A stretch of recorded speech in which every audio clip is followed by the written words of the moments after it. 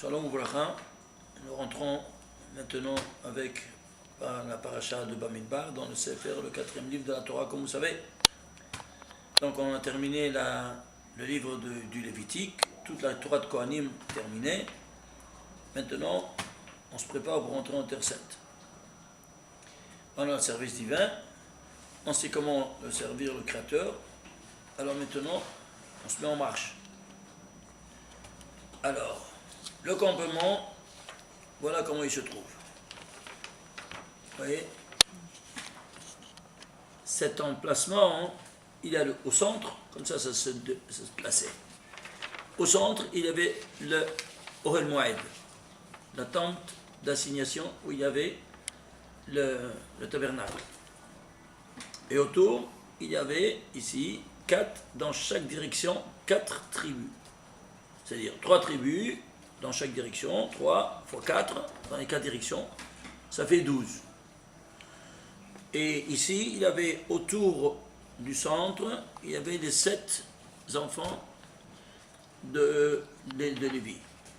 Alors, qui entouraient le tabernacle. Alors, il y en a 7 et puis il y a 12. Et pourquoi? Parce que c'est comme l'ordre cosmologique.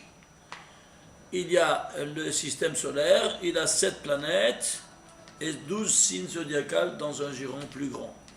C'est la même chose ici.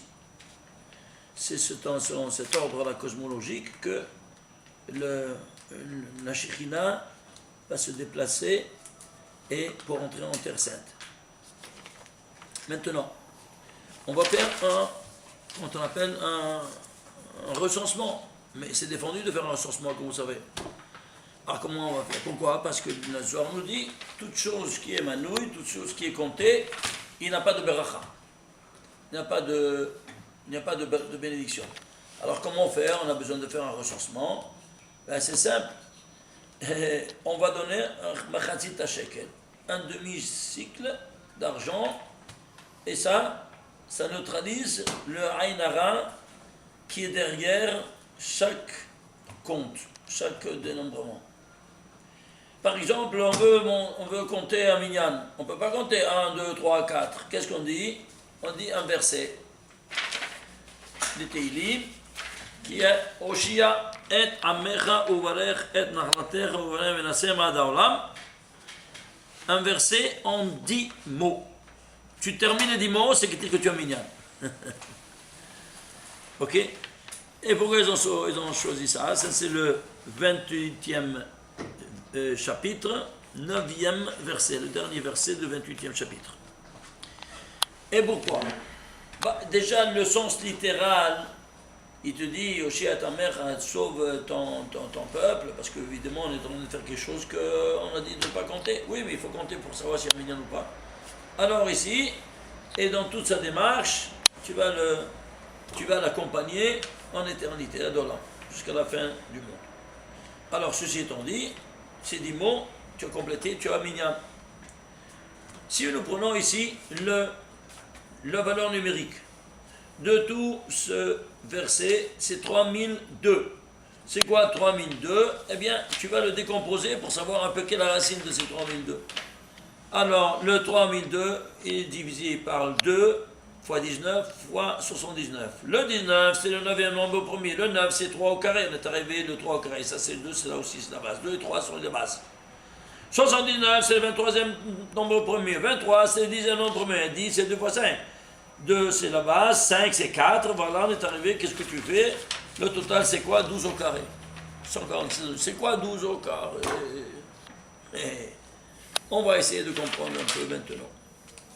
Le monde est régi par le Créateur qui l'a créé. Comment il s'appelle? Yud-Ke Vav-Ke. Il y a 4 lettres. Ces 4 lettres-là, n'importe quel ordre que tu les écris, ce sont autant des noms de Dieu. Combien de permutations tu peux faire avec 4 lettres? Tu fais 4 factoriels. 4 fois 3 fois 2 fois 100, ça te fait 24. Mais il y a 2 lettres égalitaires. Si tu changes tu les permutes d'emplacement, ça n'a aucun sens. Alors tu divises par le nombre de lettres égalitaires. Ça te fait 24 divisé par 2, ça fait 12. Et voilà tous les 12 permutations possibles, imaginables du nom 26. Tu commences par Yod, Hey, Vav et Kei, et tu fais toutes les permutations, les voilà. Eh bien, ces 12 permutations, ils vont régir l'univers. Comment ça? Le monde a été créé sur 3 dimensions, temps, espace et matière. Alors, toujours il y aura, au niveau micro comme au niveau macro-dimensionnel, toujours 12. Au niveau temporel, l'unité micro-temporelle, c'est la nuit et le jour.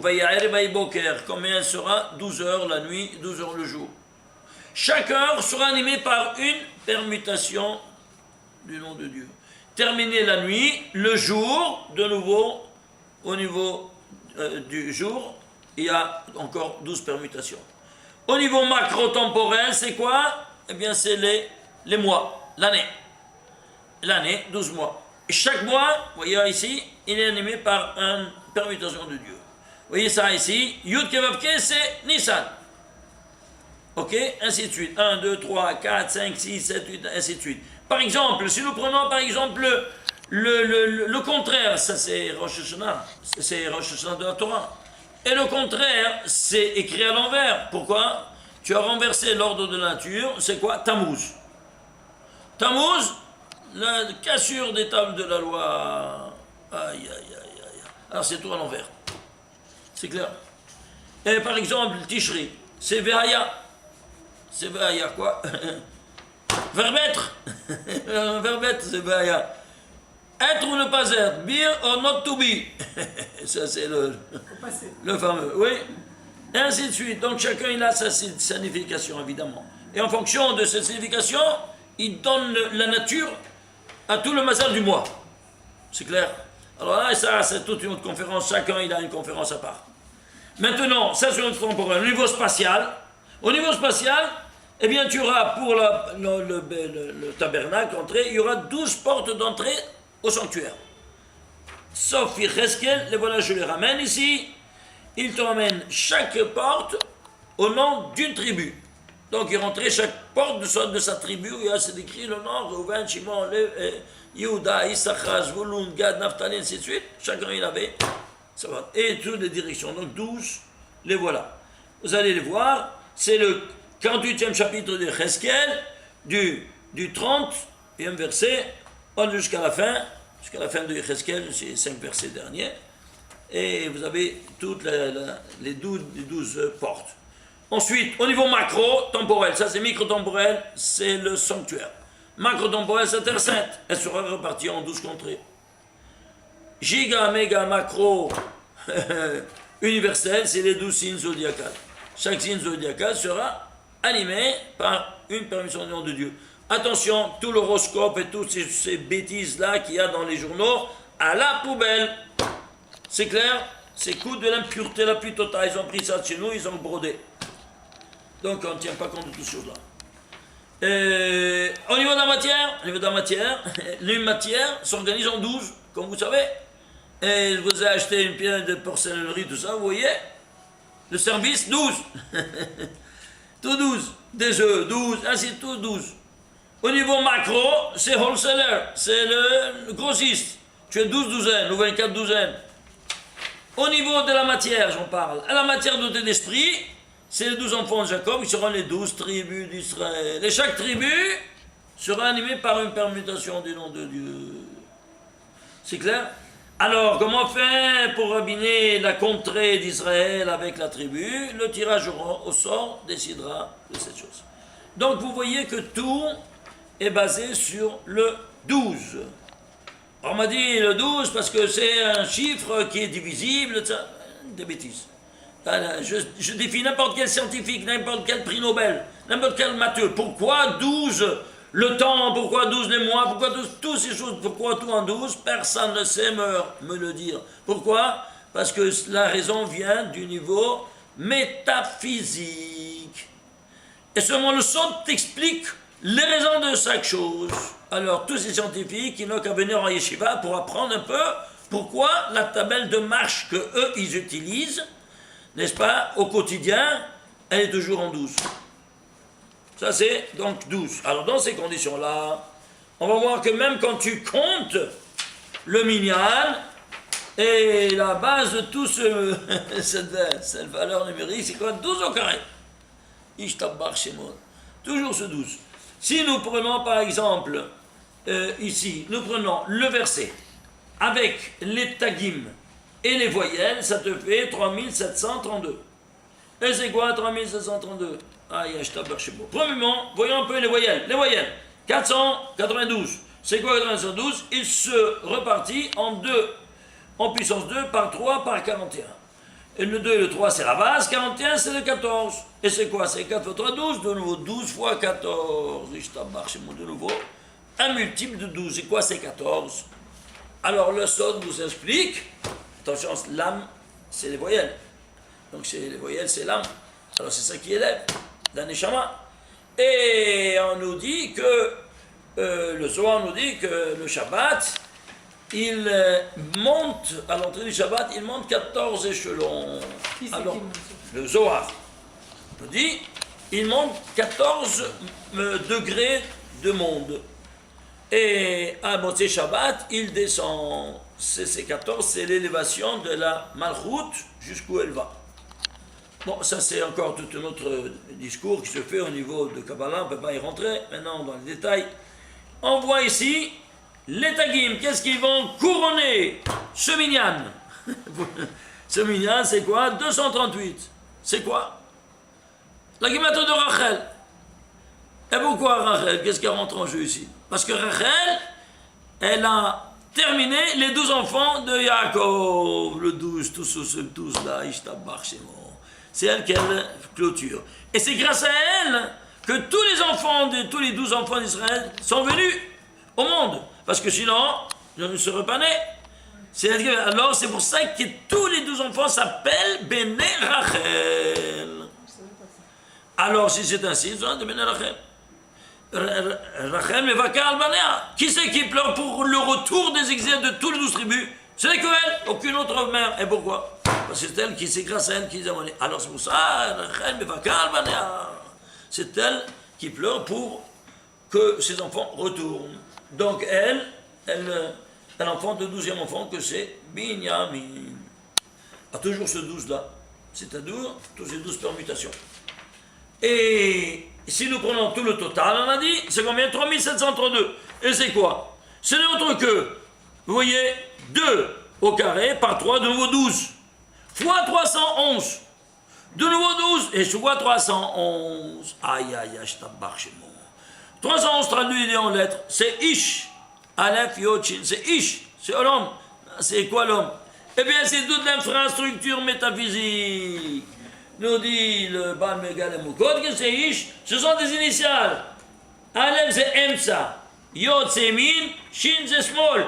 Les 3 axes de la répartition de tous les 10 séphirotes qui sont le corps humain. Ça c'est tout le corps humain, comme on l'a déjà vu expliqué plusieurs fois. Bon, on avance parce qu'il y a beaucoup de choses encore à voir. Alors, ici, qu'est-ce qu'on met en relief? Le 12, vous voyez, à tous les niveaux, tu as ce 12. Alors, si c'est ainsi, allons voir un peu maintenant qu'est-ce qui se passe ici. Combien est le total? Alors, le total des bénis Israël, c'est 603 550. Plus les 22 300 que c'est écrit des Lévis, ça te fait 625 850. Allons repartir voir la racine de ce grand chiffre. Eh bien, ce grand chiffre, il se divise par 2 par 5 au carré par 12 517. 5, c'est le 4 au carré. 4, c'est quoi? Eh bien, c'est 2 en puissance 4. Non, on va voir tout de suite ça. Mais ici, 12 517, c'est quoi? C'est un nombre premier, lequel? C'est le 1496e nombre premier. 1496, ce n'est autre que 2 en puissance 3 par 11 par 17. C'est quoi donc ici? Eh bien, on a ici, on a 5 et 3, 8, 2 en puissance 8 par cette constante de 11 fois 17. Est-ce que vous vous souvenez c'est quoi le 11 fois 17? On ne vous allez pas. Bon, on va vous rafraîchir la mémoire. On va prendre toutes les coordonnées temps, espace et matière, niveau législatif, historique, et ainsi de suite. 11 fois 17, c'est quoi? C'est ce couple, ce tandem qui sont toujours ensemble. c'est 187. Alors on va prendre ici le vecteur temporel. Il est basé sur un système hebdomadaire, 7, qui est représenté par la Zain. Et tu écris Zain en entier, c'est 67. Alors c'est pour ça que Zain en entier, Zain Yod Nun, c'est 67. Alors David Ameller, il va écrire un psaume en forme de menorah de 7 branches, il va la mettre en 67e chapitre. Et alors dans ces conditions-là, on va écrire Samer Zain en entier, 60 en entier. Samer en entier, Zain en entier. Ça fait 120 plus 67, ça fait 187, c'est 11 fois 17. Donc le système 7 épanoui, comme nous voyons écrit en entier en détail, eh bien il a en son sein 11 fois 17. Au niveau spatial, c'est le sanctuaire, il s'épanouira, ça c'est le Beth Amikdash, 100 en main, ensuite tu as 22 d'intervalle, ici tu as 32, 32, 32, c'est le Misber, et ici 22 jusqu'à la porte de Nicanor. Donc, d'une partie, alors ici, il y a 11 d'intervalle. Donc, du muraille à l'autre, périmural externe, tu as exactement 187 amas. C'est-à-dire 11 fois 17 de nouveau. Au niveau temporel comme au niveau spatial. Ce qui est au niveau temporel, au niveau spatial, dans la même mesure d'intensité. Au niveau de la matière, temps, espace, matière, Dieu va faire un brit avec la matière, comme il a fait avec nous. C'est qui? Brit Melach. Comme c'est écrit, n'est-ce pas, dans la Torah, il fera un brit Melach. Et pourquoi avec le Melach? Parce que le Melach, vous vous souvenez, c'est le symbole du Shalom. Parce qu'il y a les deux, c'est le produit entre les deux éléments qui ne peut pas, les plus forts de la création, l'eau et le feu, qui ne peuvent pas subsister ensemble. Qu'est-ce qui les fait subsister ensemble? Eh bien, le sel. Le soleil fait évaporer l'eau de la mer et ça reste le sel. Donc le sel c'est quoi? NaCl, le chlorure de sodium. Le chlorure il a 17 électrons et le sodium il a 11 fois 17. C'est clair? Au niveau juridique, notre législation de la Torah entière, elle a 187 chapitres, 11 fois 17. Temps, espace, moitié.